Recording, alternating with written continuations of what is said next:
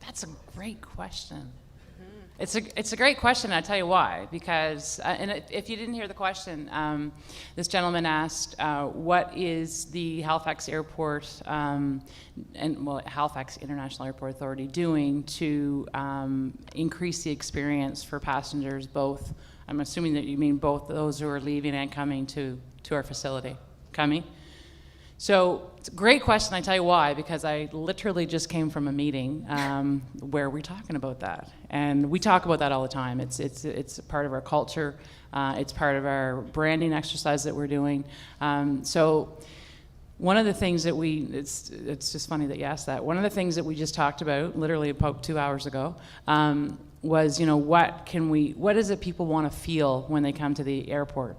And so we talk about, sense of ease, because at the end of the day, our priority is, our first priority is safety, safety of our passengers. And then the next thing is really for people to feel comfortable and to feel welcome. So we do a number of things that we're doing today, and then there's a number of things that we're going to do in the future. Today we have a volunteer team of about 100 people who actually volunteer their time. I should have actually put that little tag in there for you. And what those folks do is they walk around the airport and they make sure that people, if they look like they don't know where they're going, or they look like they're upset or stressed or just curious, they'll go up to them and ask them if they can help them. But we take it a little bit a step further. We have about 1,500 people that work in our building, not just with the Halifax Airport, but with other companies. And within those people, we have a program called the Stanfield Way. And it's a customer service program that we have about 695 people so far that have gone through it.